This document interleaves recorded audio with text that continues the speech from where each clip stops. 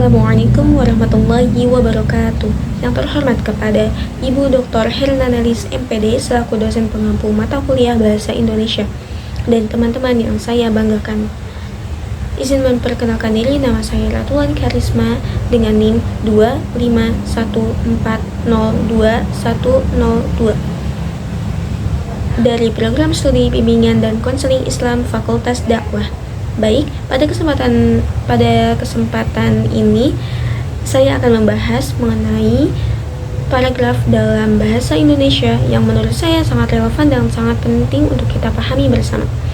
Semoga apa yang saya sampaikan dapat memberikan wawasan baru dan bermanfaat bagi kita semua. Baik teman-teman, pada kesempatan kali ini saya akan membahas apa pengertian paragraf, apa saja jenis-jenis paragraf, apa unsur-unsur paragraf, apa ciri paragraf yang baik, dan apa fungsi paragraf dalam tulisan. Oke, next kita lanjut. Apa itu pengertian dari paragraf dalam bahasa Indonesia?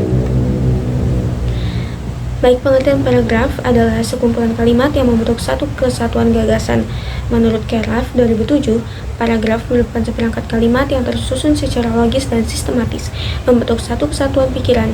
Sementara itu, menurut Tarigan 2008, menyatakan paragraf adalah unit terkecil dari suatu karangan yang mengandung sebuah ide pokok yang didukung oleh kalimat penjelas. Dalam bahasa Indonesia sendiri, paragraf berfungsi sebagai alat untuk menyusun ide secara sistematis agar pembaca dapat memahami isi tulisan dengan jelas. Paragraf yang baik memiliki ciri-ciri seperti kesatuan atau unity, kepaduan atau coherence, dan kelengkapan atau completeness. Kesatuan berarti semua kalimat dalam paragraf membahas satu topik utama. Kepaduan menunjukkan adanya hubungan logis antar kalimat, biasanya dibantu oleh kata penghubung. Kelengkapan berarti paragraf memiliki cukup informasi untuk menjelaskan gagasan pokoknya. Paragraf dapat dibedakan berdasarkan fungsinya, seperti paragraf pembuka, paragraf isi, dan paragraf penutup. Selain itu, berdasarkan jenisnya, paragraf dapat berupa naratif, deskriptif, eksposisi, argumentasi, atau persuasi. Dengan demikian, bukan sekadar kumpulan kalimat, tetapi harus memiliki kesatuan makna yang utuh. Memahami paragraf yang baik juga membuat seseorang dapat menyusun tulisan secara runtun, logis, dan komunikatif, baik dalam bentuk artikel, esai, maupun karya ilmiah. Selanjutnya yaitu jenis-jenis paragraf. Nah, paragraf sendiri memiliki jenis-jenis berdasarkan letak kalimat utama dan berdasarkan isinya, yaitu sebagai berikut. Yang pertama yang akan kita bahas yaitu berdasarkan letak utama. Berdasarkan letak utama sendiri terbagi menjadi 4 bagian. Yang pertama ada paragraf deduktif, paragraf induktif, paragraf campuran, dan paragraf interaktif. Baik, apa itu paragraf deduktif? Paragraf deduktif adalah kalimat utama yang terletak di awal paragraf, diikuti kalimat penjelas. Contohnya yaitu sebagai berikut. Nih.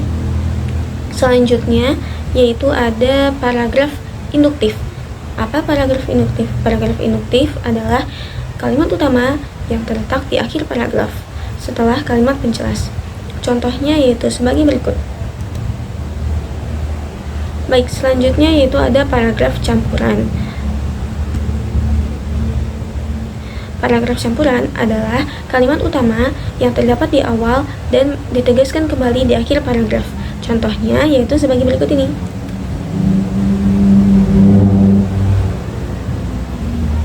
Baik, yang selanjutnya yaitu paragraf interaktif. Paragraf interaktif adalah kalimat utama yang terletak di tengah paragraf. Contohnya yaitu seperti ini. Baik, yang selanjutnya yaitu jenis-jenis paragraf berdasarkan isi. Yang pertama itu ada paragraf deskripsi.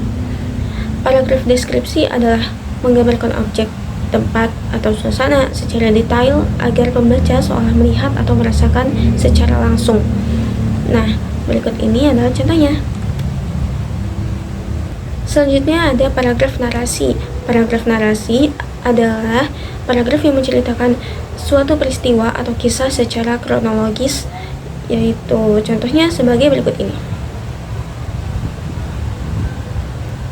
Kemudian ada paragraf eksposisi.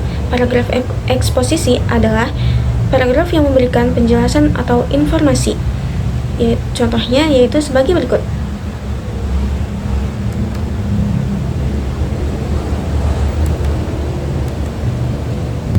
Kemudian teman-teman, ada paragraf argumentasi.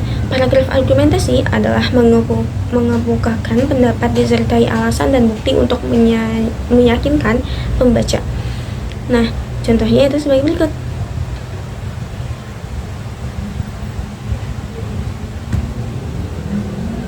Baik, yang terakhir yaitu paragraf persuasi. Paragraf persuasi memiliki tujuan yaitu untuk memujuk atau mengajak para pembaca agar melakukan sesuatu. Contohnya itu sebagai berikut.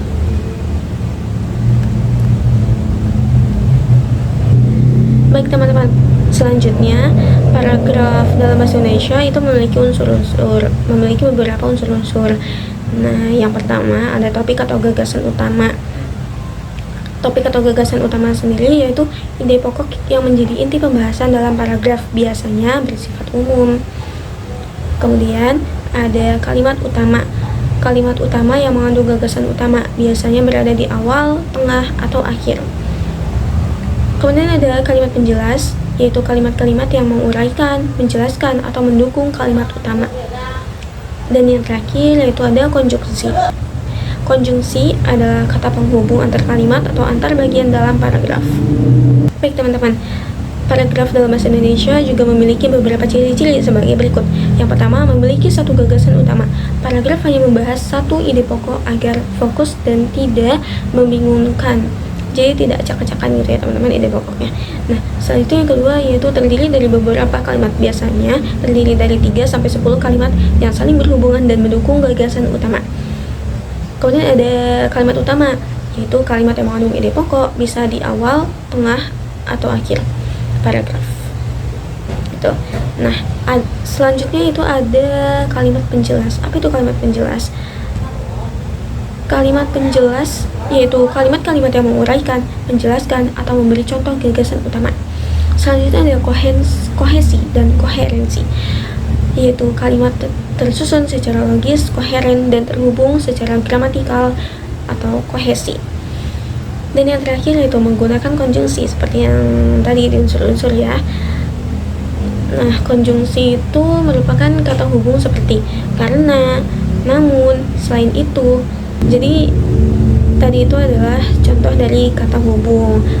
Gunanya untuk apa? Yaitu supaya menjaga alur dan keterpaduan kalimat. Next, selanjutnya ada yang terakhir ada fungsi paragraf.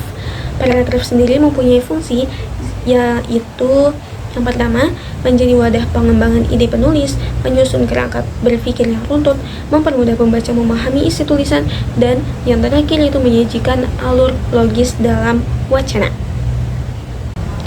Baik teman-teman, kesimpulan dari pembahasan yang sudah saya sampaikan tadi sebelumnya yaitu dapat kita simpulkan bahwa paragraf merupakan satuan pikiran yang sangat penting dalam struktur tulisan. Paragraf tidak hanya berfungsi sebagai pengelompokan kalimat, tetapi juga sebagai alat untuk menyampaikan ide secara sistematis, logis, dan komunikatif. Dalam konteks pembelajaran bahasa Indonesia, pemahaman terhadap paragraf menjadi fondasi utama dalam keterampilan menulis, membaca, dan berpikir kritis.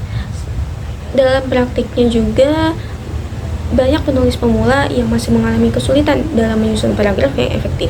Kesalahan umum meliputi ketidaksesuaian antar kalimat utama dan kalimat penjelas, penggunaan kata penghubung yang tidak tepat, serta kurangnya alur logis antar paragraf. Oleh karena itu, pembelajaran tentang paragraf tidak hanya berhenti pada teori, tetapi harus dilanjutkan dengan latihan intensif dan evaluasi berkelanjutan. Dengan memahami paragraf secara mendalam, siswa dan penulis dapat meningkatkan kemampuan menulis mereka secara signifikan. Paragraf yang baik akan menghasilkan tulisan yang utuh, terstruktur, dan mampu menyampaikan pesan dengan jelas.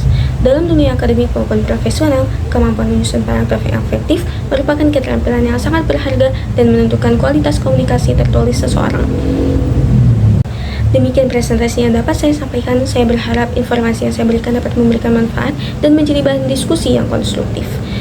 Dan juga mohon maaf bila ada kekurangan dan kesalahan. Terima kasih atas perhatian dan waktu yang telah diberikan. Wassalamualaikum warahmatullahi wabarakatuh.